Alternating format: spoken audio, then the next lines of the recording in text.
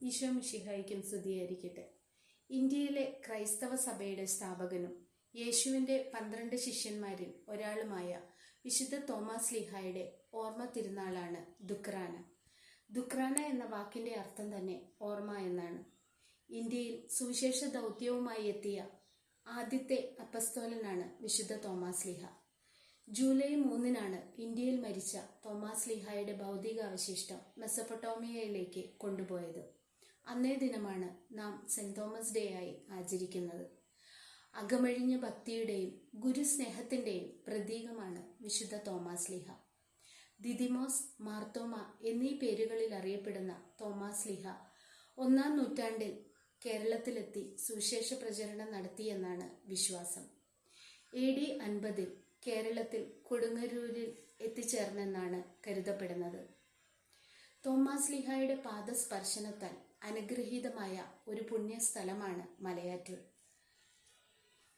വലിയ നോമ്പിലും അതിനെ തുടർന്നു വരുന്ന പുതു ഞായറാഴ്ചയും ഈ പുണ്യമലയിലേക്ക് ഭക്തജനപ്രവാഹമാണ്.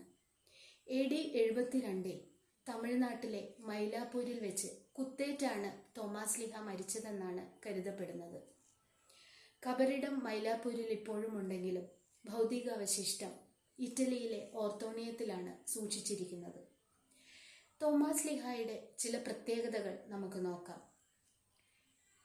യോഹന്നാന്റെ സുവിശേഷം 11-ാം അധ്യായം 16-ാം തിരുവചനത്തിൽ ഇങ്ങനെ പറയുന്നു: ദിദിമോസ് എന്ന തോമസ് മറ്റു ശിഷ്യന്മാരോട് പറഞ്ഞു, അവനോടൊപ്പം മരിക്കാൻ നമുക്കും പോകാം. ക്രിസ്തുവിനുവേണ്ടി മരിക്കാം എന്ന ചങ്കുറപ്പും അവിടുത്തെ തിരുമുറിവുകൾ കാണണമെന്നും അവിടുത്തെ വിലാപ്പുറത്ത് സ്പർശിക്കണമെന്നുമുള്ള വാശിയും തിരുമുറിവുകൾ കണ്ടപ്പോൾ എൻ്റെ കർത്താവേ, എൻ്റെ ദൈവമേ എന്ന് വിളിച്ച് തൻ്റെ വിശ്വാസം ഏറ്റുപറയുകയും ആ ഏറ്റുപറഞ്ഞ വിശ്വാസത്തെ ലോകമെങ്ങും പ്രചരിപ്പിക്കുകയും ചെയ്ത വിശുദ്ധ തോമാസ് ലീഹ. ക്രിസ്തുവിന് വേണ്ടി മരിച്ച തോമാസ് ലീഹായുടെ മാധ്യസ്ഥം നമുക്കും അപേക്ഷിക്കാം. ക്രിസ്തുവിനെ പ്രതി ജീവൻ ത്യജിക്കുവാൻ, ക്രിസ്തുവിനെ പോലെയുള്ള ക്രിസ്തുവിനോടുകൂടി ശക്തമായി സ്നേഹിക്കുവാൻ നമുക്ക് ഈ സ്ലീഹായുടെ മാധ്യസ്ഥം തേടാം.